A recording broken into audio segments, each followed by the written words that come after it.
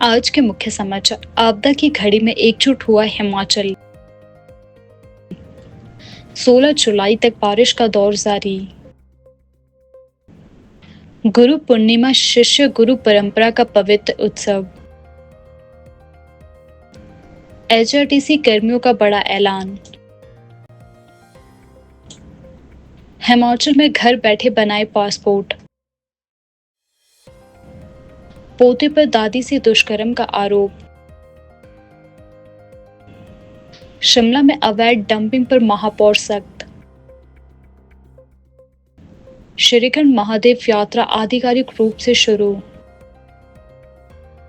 थनाग से सुंदरनगर शिफ्ट होगा औद्योगिकी एवं वानिकी महाविद्यालय। अब समाचार विस्तार से। देवभूमि हिमाचल को यूं ही देवभूमि नहीं कहा जाता। यहाँ संकट की घड़ी में पक्ष विपक्ष एकजुट होकर जनता के साथ खड़े नजर आए हैं। मंडी जिले के थुनाग क्षेत्र में आई भीषण बाढ़ के बाद मुख्यमंत्री सुखविंदर सिंह सुक्खू और नेता प्रतिपक्ष जयराम ठाकुर ने एक साथ दौरा कर पीड़ितों का हाल जाना। बाढ़ से तबाह हुए लोगों ने मुख्यमंत्री के सामने अपना दुखड़ा सुनाया। कई परिवारों के आंखों में आंसू थे, जिन्होंने अपना सब कुछ इस हादसे में खो दिया।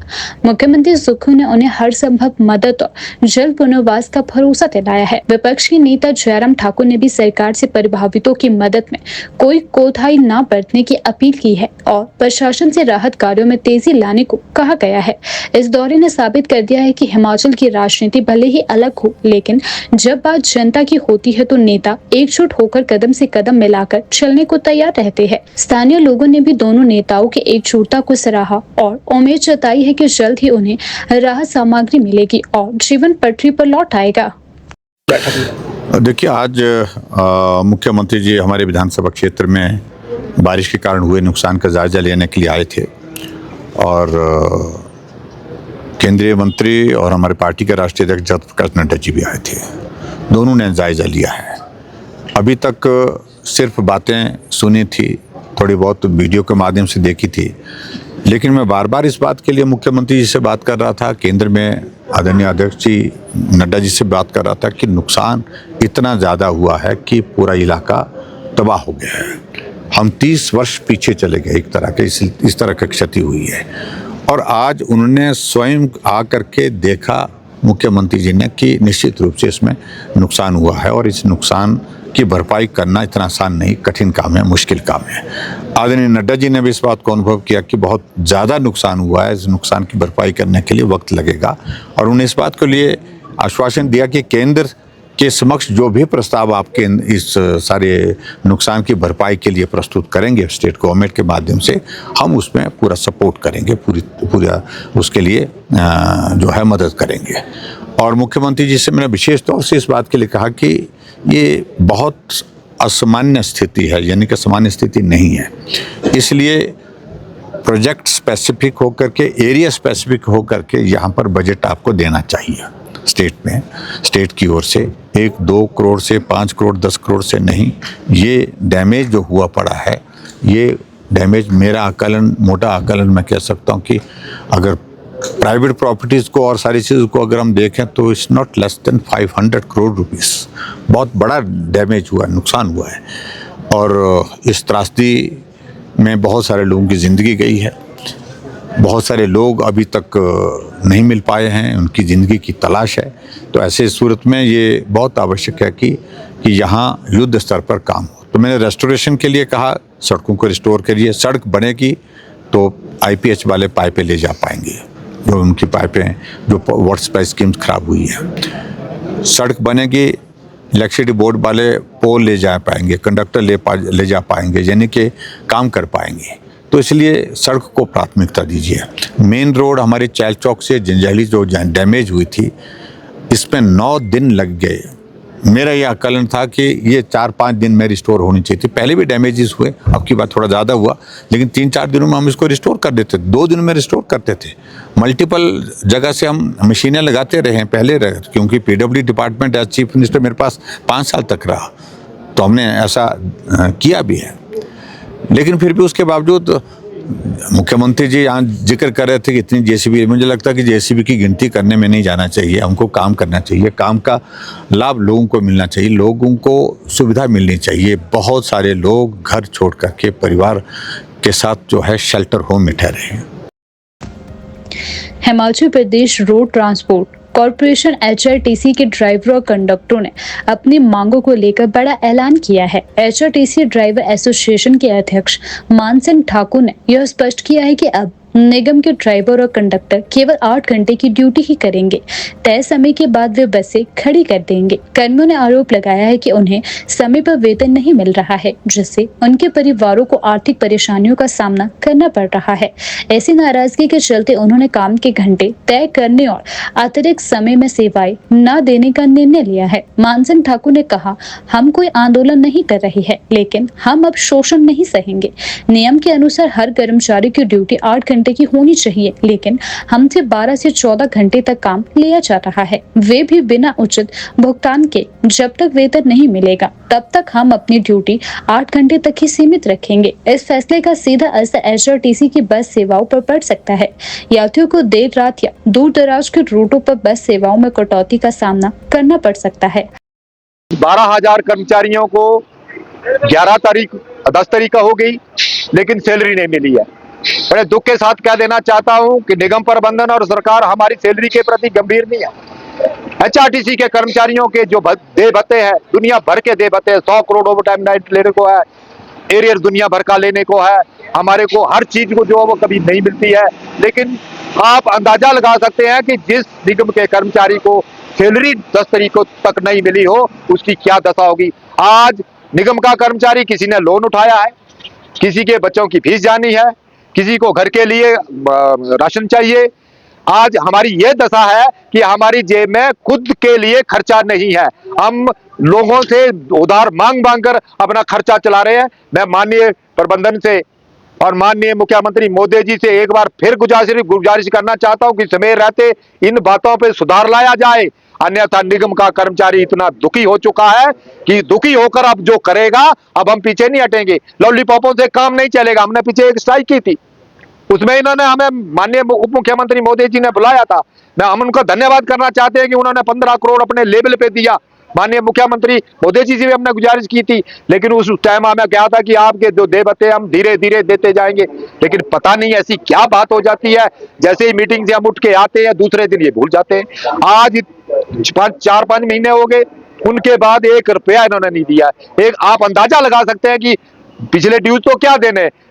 एचआरटीसी की आज तक सैलरी नहीं आई है, और निगम प्रबंधन के पास हम जब जाते हैं, ये सीईओ का काम बनता है कि वो सेक्रेटरीट में जाए, सरकार के पास जाए और सैलरी लेके आए। लेकिन सीईओ साहब खुद नहीं जाते हैं, बाबू को भेज देते हैं। अब बाबू की क्या बुकत है सेक्रेटरीट में है, ये आप अंदाजा लगा सकते हैं। सीईओ साहब ये करने को ठीक है कि इनकी इतनी सैलरी कम कर दो, इनकी ये घटा दो, इनकी प्रमोशन की फाइलें रोक दो, इनकी प्रमोशन की फाइलें मैं चेक करूंगा। उनका जो काम है, उनका काम जो मेरे हिसाब से है, वो पैसा लाना है।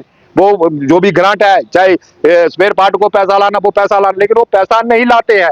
वो सीधे सीधे जो कर रहे हैं वो बिल्कुल गलत कर रहे हैं। एचआरटीसी का बेड़ा गर्क जो है आज की डेट में जो सीईओ बैठा है, इसने किया हुआ है। मैं माननीय मुख्यमंत्री मोदी जी से आज भी गुजारिश करना चाह रहा हूं कि इस सीईओ को यहां से भेजा जाए, अन्यथा निगम का कर्मचारी सीईओ के विरुद्ध जो है वो बिल्कुल मोर्चा खोलेगा। कल हमारी को मीटिंग को टाइम माननीय प्रबंधन निदेशक मोदी ने दिया था, 10 तारीख को टाइम दिया था, लेकिन पता नहीं क्या कारण रहे कि हम मीटिंग कल अगले कल करेंगे। हम टेबल टॉक नहीं छोड़ना चाहते।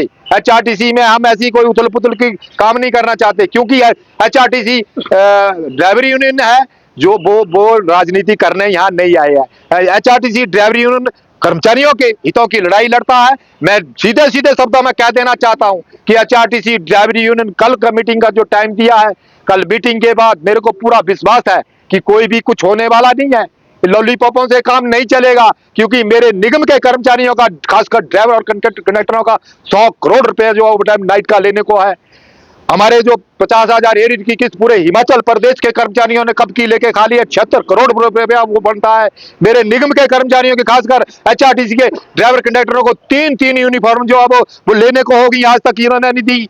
हमारे निगम के कर्मचारियों का, ड्राइवर और कंडक्टरों की जो 4/9/14 थी, उनको भी विड्रॉ कर रहे हैं कि तुमने साइन नहीं किए।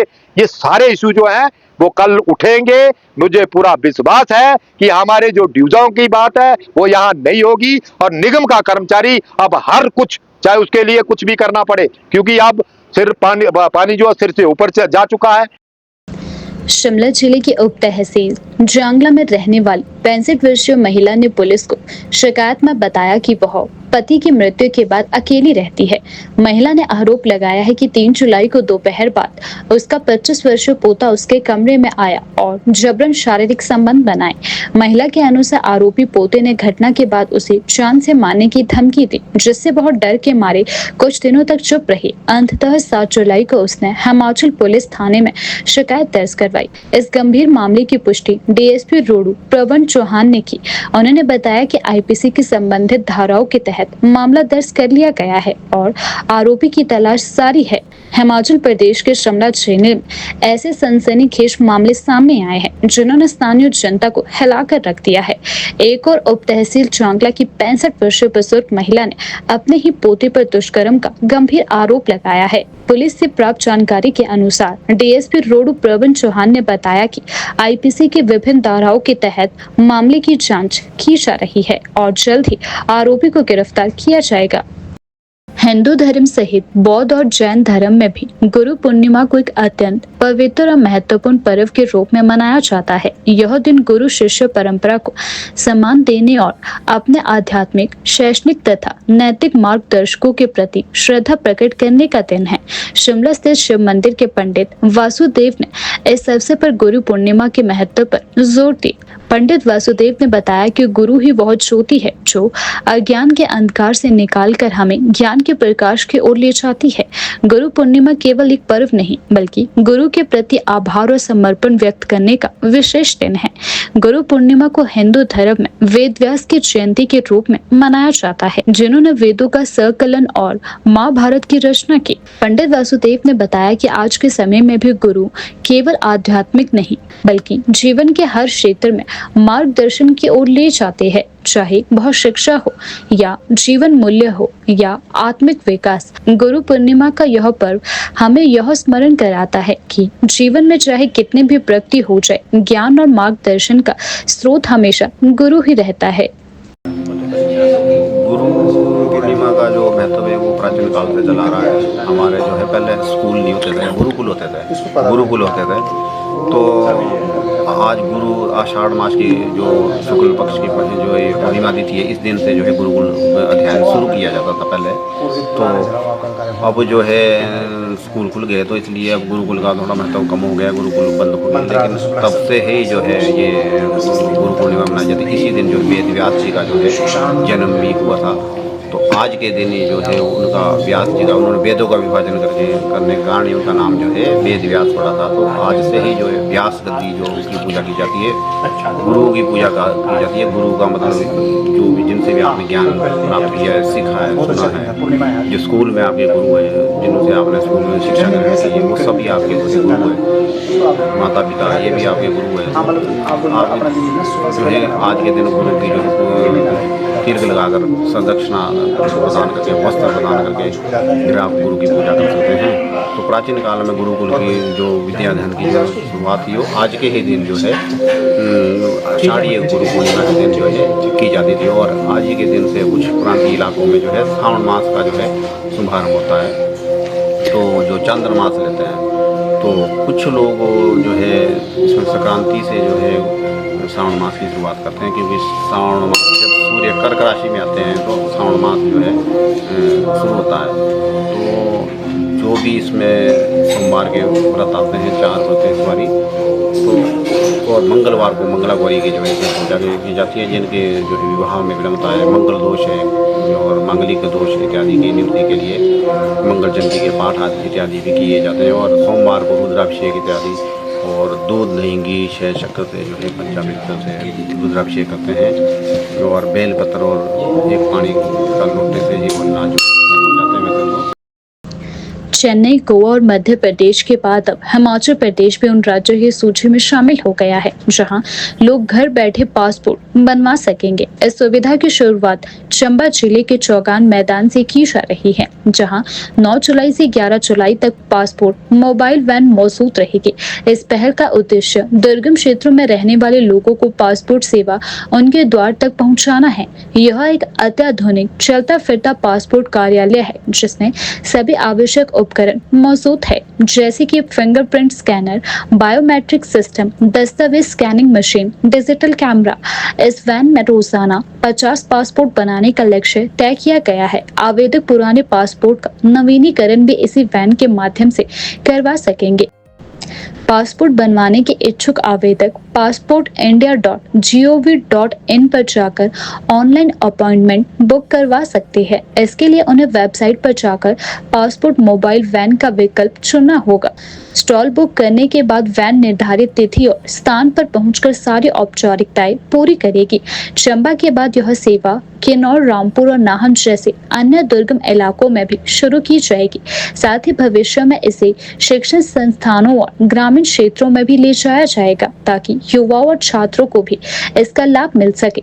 वरुण कुमार शर्मा, क्षेत्रीय पासपोर्ट अधिकारी, शिमला ने बताया कि यह वैन सेवा उन लोगों के लिए वरदान साबित होगी जिन्हें पासपोर्ट बनवाने के लिए दूर दराज के शहरों तक जाना पड़ता था। हमारा लक्ष्य है कि हर नागरिक को समय पर और सुविधाजनक सेवा मिल सके। पासपोर्ट मोबाइल वैन सेवा डिजिटल इंडिया मिशन और सुशासन की दिशा में एक बड़ा कदम है। इससे न केवल सरकारी प्रक्रिया सरल होगी, बल्कि आम लोगों का समय, पैसा और यात्रा की परेशानी भी बचेगी। शिमला नगर निगम के महापौर सुरेंद्र चौहान आज मीडिया से रूबरू हुए।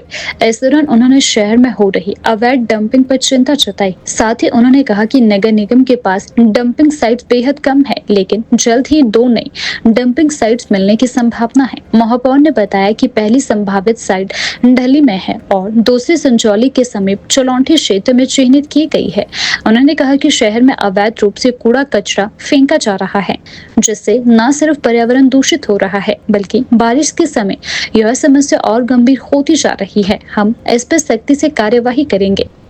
महापौर सुरेंद्र चौहान ने बताया कि बरसात के आने से पहले ही नगर निगम ने अपनी तैयारियां कर दी थी। उन्होंने कहा कि हमने समय रहते नालियों की सफाई और अन्य जरूरी इंतजाम पूरे कर लिए थे। इस कारण इस बार शिमला में उतना नुकसान बारिश से नहीं हुआ है। शहर को हरियाली से भरने के प्रयासों पर बोलते हुए महापौर ने बताया कि हर साल की तरह इस वर्ष भी नगर निगम द्वारा पौधारोपण अभियान चलाया जाएगा। खास बात यह है कि इस पर कई सामाजिक संस्थाएं और संगठन भी इस अभियान से जुड़ेंगे। उन्होंने कहा कि नगर निगम शिमला शहर को अधिक स्वच्छ, हरित और व्यवस्थित बनाए रखने के लिए प्रयासरत है।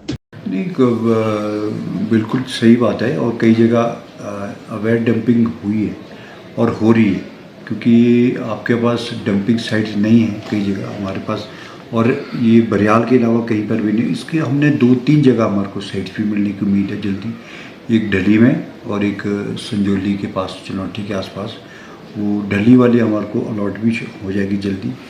तो और इसके साथ जो संजौली के पास है डंपिंग साइट का, वो FCA केसेस गए हुए हैं, उसको मैं खुद फॉलोअप भी कर रहा हूँ, वो भी हमको मिल जाएगा।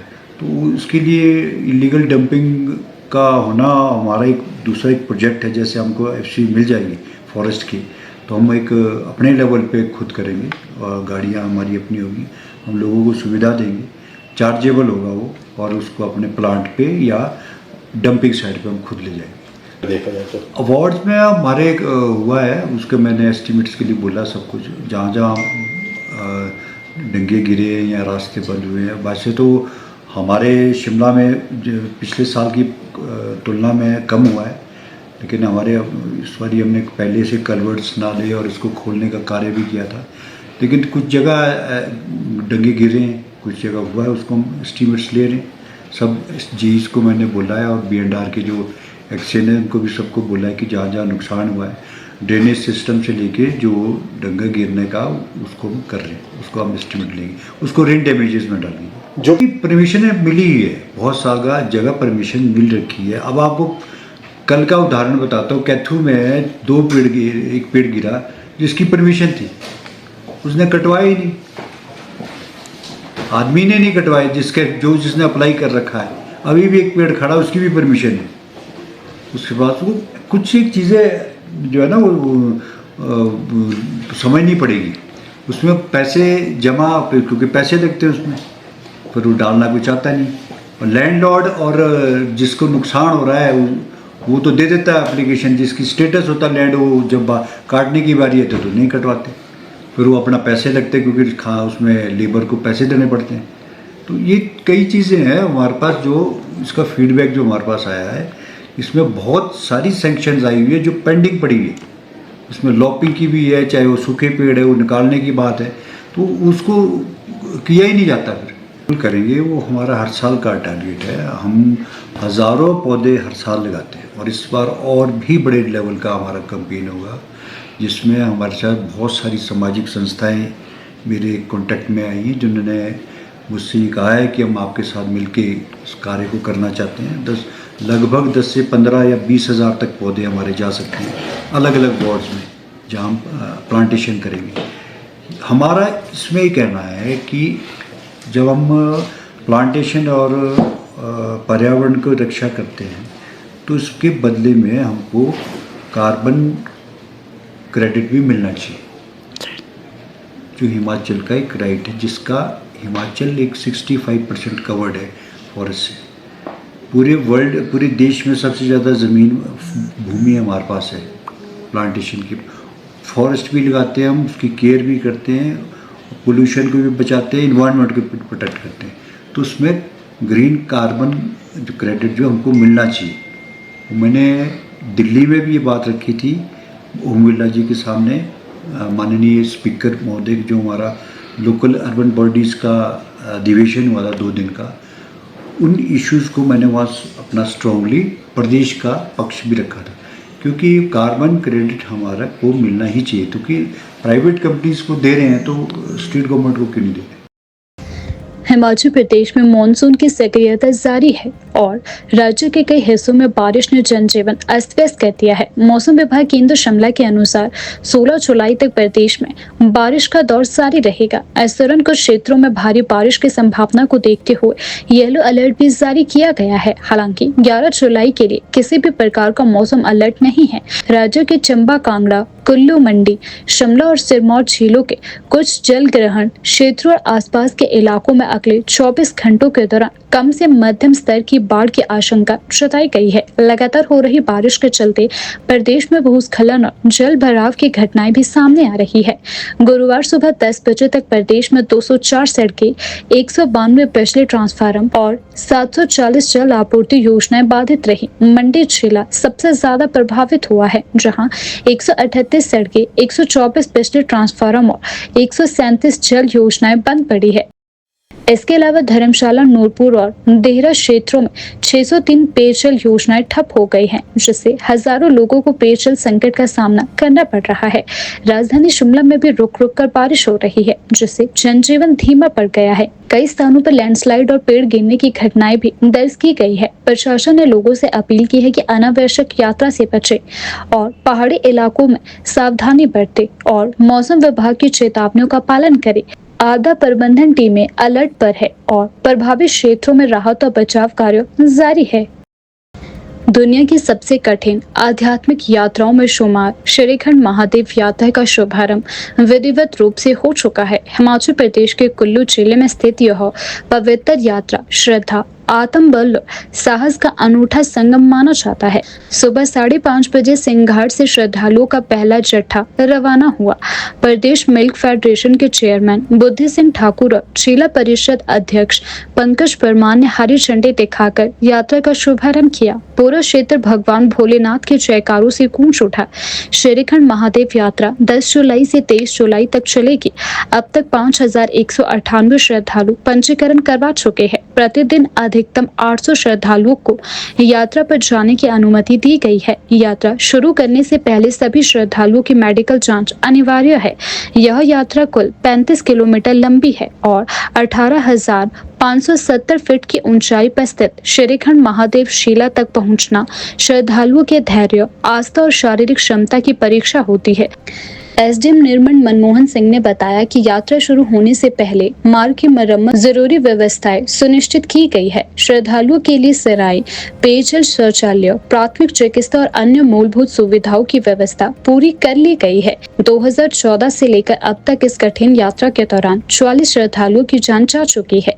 अधिकतर मौतें ऑक्सीजन की कमी, हृदय रोग, बीपी और शुगर जैसी समस्याओं के कारण हुई है। प्रशासन ने श्रद्धालुओं को सलाह दी है कि वे ऑनलाइन पंजीकरण करवाए और यात्रा के दौरान गर्म कपड़े, मजबूत जूते, रेनकोट और छाता साथ लेकर चले। यात्रा आमतौर पर 3 से 4 दिनों में पूरी होती है। प्रशासन, स्थानीय स्वयंसेवी संस्थाएं और स्वास्थ्य विभाग पूरी सतर्कता से यात्रा को सुरक्षित और व्यवस्थित बनाने में जुटे हुए हैं। लगातार बारिश, भूस्खलन और फ्लड जैसी स्थिति के चलते हिमाचल प्रदेश सरकार ने एक अहम निर्णय लेते हुए थोनाग स्थित औद्योगिकी एवं वानिकी महाविद्यालय को सुंदरनगर शिफ्ट करने का ऐलान किया है। छात्रों और अभिभावकों की लगातार मिल रही अपीलों और सुरक्षा चिंताओं को ध्यान में रखते हुए यह कदम उठाया गया है। 300 छात्र लेकिन कोई स्थायी परिसर नहीं। थोनाग कॉलेज में करीब 300 विद्यार्थी अध्ययनरत है, लेकिन कॉलेज का स्वयं का स्थायी परिसर नहीं है। कॉलेज फिलहाल ग्रामीण विकास विभाग की इमारत और वरिष्ठ माध्यमिक विद्यालय के कुछ कमरों में संचालित हो रहा है। छात्राओं के लिए 60 बिस्तरों का सीमित हॉस्टल भी किसी अन्य भवन में चलाया जा रहा है। थोनाग में पिछले कुछ समय से लगातार फ्लड जैसी स्थिति बनी हुई है, जिससे छात्रों की जान को खतरा बना हुआ है। अधिकांश छात्र पीजी या किराए के कमरे में रहते हैं और इस वजह से हालिया आपदा में कई छात्रों की जान भी बड़ी मुश्किल से बची है। राजस्व मंत्री जगत सिंह नेगी ने बताया कि इस मुद्दे को लेकर मुख्यमंत्री ठाकुर सुखविंदर सिंह सुक्खू से विस्तृत चर्चा की गई, जिसमें छात्रों की सुरक्षा और भविष्य को प्राथमिकता दी गई। उन्होंने कहा, छात्रों और उनके परिजनों ने खुद मुख्यमंत्री से मिलकर कॉलेज को शिफ्ट करने की मांग की थी। सुंदरनगर में बनेगा वैकल्पिक व्यवस्था के तहत नया केंद्र। सरकार ने निर्णय लिया है कि कॉलेज को वैकल्पिक व्यवस्था के तहत सुंदरनगर में स्थानांतरित किया जाएगा। यहाँ न केवल छात्रों के लिए सुरक्षित माहौल मिलेगा, बल्कि बेहतर शैक्षणिक ढांचा भी उपलब्ध करवाया जाएगा। ज्यादातर बाद में ये जो है सारे के सारे पैदा कॉलेज को दोबारा से शुरू करने के लिए हमारे पास किसी किस्म का जो है बच्चों को हॉस्टल में या कोई वैकल्पिक व्यवस्था करके उनको वहाँ पर रखना संभव नहीं है। और अभी क्योंकि पेपर्स भी होने हैं, नए एडमिशन्स भी होने हैं, इन सभी बातों को जो है गहनता से, इसमें करीब 100 बच्चे इस थोनाग कॉलेज में एडमिट होने हैं। उनको अगर हम थोनाग में अगर कंटिन्यू करना चाहेंगे तो वहाँ पर उपलब्ध जो है व्यवस्था या वैकल्पिक कोई भवन भी नहीं है, सुरक्षित भी नहीं है। इसलिए हमने ये प्रेषित किया है, जिसमें पीडब्ल्यूडी के हैं, जल शक्ति का है, या हमारे विभिन्न विभाग है जिसमें हॉर्टिकल्चर है, फॉरेस्ट है, एग्रीकल्चर है और आपके जो है वेटरनरी डिपार्टमेंट है। ये सभी को क्लब करके इसमें टोटल जो है 2006 करोड़ है, जिसमें से 25% हिमाचल गवर्नमेंट को देना है। ये एक तो बहुत देरी से मिला, 2023 के बाद अब जाके 2025 के उसके 24 में भी हमारे यहाँ पर भारी नुकसान हुआ। अभी जो है 25 का नुकसान आपके सामने है। इनके राष्ट्रीय अध्यक्ष बीजेपी के कैबिनेट मंत्री नड्डा जी भी बोल रहे हैं कि बहुत बड़ा नुकसान हुआ है। तो नुकसान हुआ तो ये मान रहे हैं, परंतु जो है केंद्र से जब सहायता की बात करते हैं तो हिमाचल के साथ भेदभाव क्यों हो रहा है, जबकि केंद्र में जो है उच्च जो है मंत्री हमारे हिमाचल से हैं, राष्ट्रीय अध्यक्ष भाजपा के हमारे नड्डा जी हैं। सबके होते हुए भी हिमाचल के साथ बहुत बड़ा भेदभाव केंद्र की सहायता में, चाहे वो राहत के रूप में हो, चाहे वो जो अन्य जो सेंट्रल असिस्टेंस की बात हो, सब में हमारे से बहुत बड़ा भेदभाव किया जा रहा है। और ये पहली बार जयराम जी भी अब तैयार हो गए कि जो है माननीय मुख्यमंत्री जी के साथ दिल्ली जाएंगे, क्योंकि जब दर्द या जो पैर में चुभन जो है अपने जूते में होता है तो तब लगता है पता कि क्या होता है आफत। तो अच्छा है कि अब जयराम जी भी, पिछले बार हमने कहा था कि हमें बहुत ज़्यादा नुकसान हुआ है, दिल्ली चलो, दिल्ली से कुछ मदद मांगे आप लोग, परंतु अब ये लोग तैयार हो रहे हैं। तो चलो देर आए दुरुस्त आए, अकल तो आई नहीं। अभी तो हमने जो है एक वैकल्पिक व्यवस्था की है, परंतु वहाँ के जो हालात हैं और लगातार थोनाग में जो है इस किस्म की जो फ्लैश फ्लड्स आने से वहाँ जो है पढ़ाई का माहौल नहीं बन रहा है। स्टूडेंट्स आए यहाँ पर, वो रो रहे थे, उनके पेरेंट्स रो रहे थे, और पेरेंट्स कह रहे तो हमारे तो सिंगल जो है चाइल्ड वाले जो पेरेंट है ज़्यादातर कहते हैं हमें डिग्री की ज़रूरत नहीं, हम तो बच्चे वापस ले आएंगे। तो सब बातों को ध्यान में रखा जाएगा ताकि भविष्य में जो भी वहाँ या थोनाग में चले या हमारे कहीं भी चले, एक सुरक्षित स्थान पर जो है ये हमारा कॉलेज होगा।